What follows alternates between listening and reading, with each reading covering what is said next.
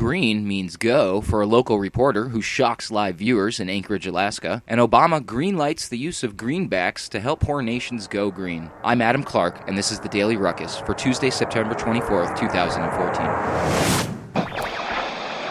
A reporter for Anchorage CBS affiliate KTVA quit on live television Sunday night using the F word to punctuate an announcement that she will work to legalize marijuana as the owner of the Alaska Cannabis Club. The reporter, known professionally as Charlo Green, made the announcement during the station's 10 p.m. newscast at the end of a story. Green told viewers that she is owner of the group, which describes itself as a liaison between people who hold medical marijuana cards and those who can supply the drug.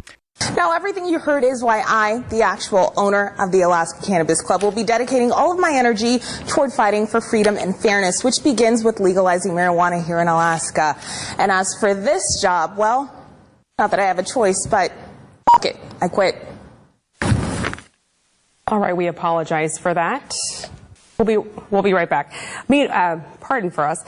Green soon explained the event with a post on the crowdfunding site Indiegogo.com. The reporter wrote that she left her job in order to, quote, end a failed drug policy that has ruined the lives of far too many Americans. She asks visitors to the site to donate money for marketing and travel in support of legalization. KTVA news director Bert Rudman issued an apology on the station's Facebook page at about 11:20 p.m. Quote, we sincerely apologize for the inappropriate language used by a KTVA reporter during her live presentation on the air tonight. The employee has been terminated. Alaska voters will decide whether to decriminalize pot in November. Alaska corporation records show the Alaska Cannabis Club was formed on April 20th of this year, owned by Charlene Egby, Green's real name. Green reported stories about the Alaska marijuana debate after the creation of the Cannabis Club group without discussing her connection to the corporation. In an update, a group opposed to legalizing marijuana in Alaska says it warned Anchorage-based TV station KTVA about the reporter's apparent bias long before she made the announcement on live television. We are deeply disappointed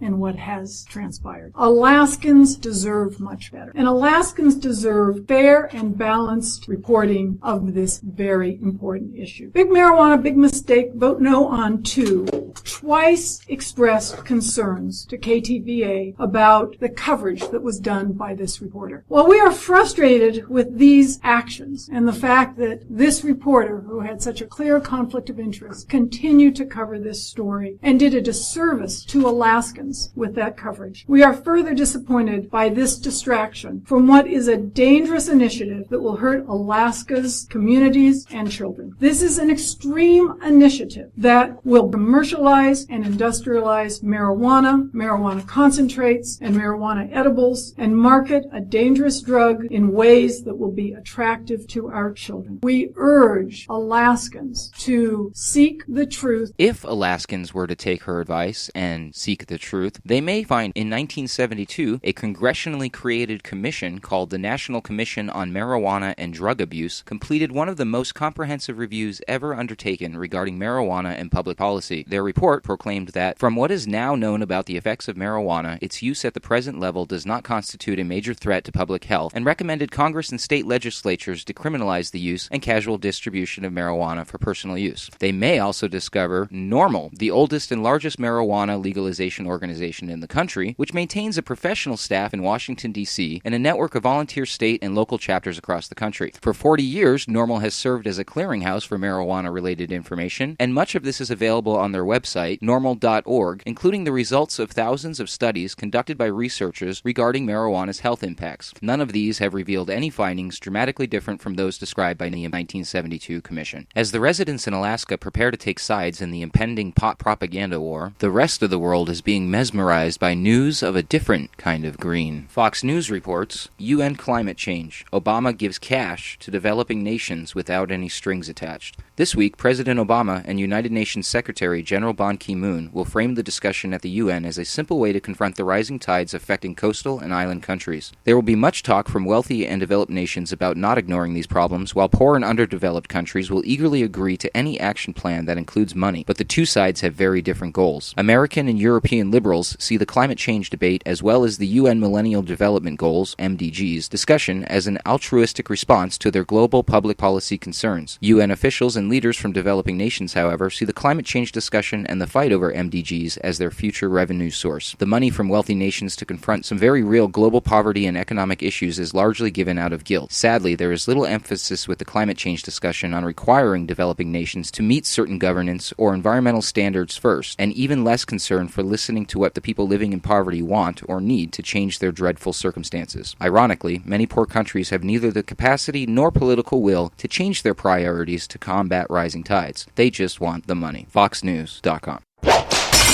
This has been a presentation of The Ruckus Room, Reality Radio, in association with ACR Network.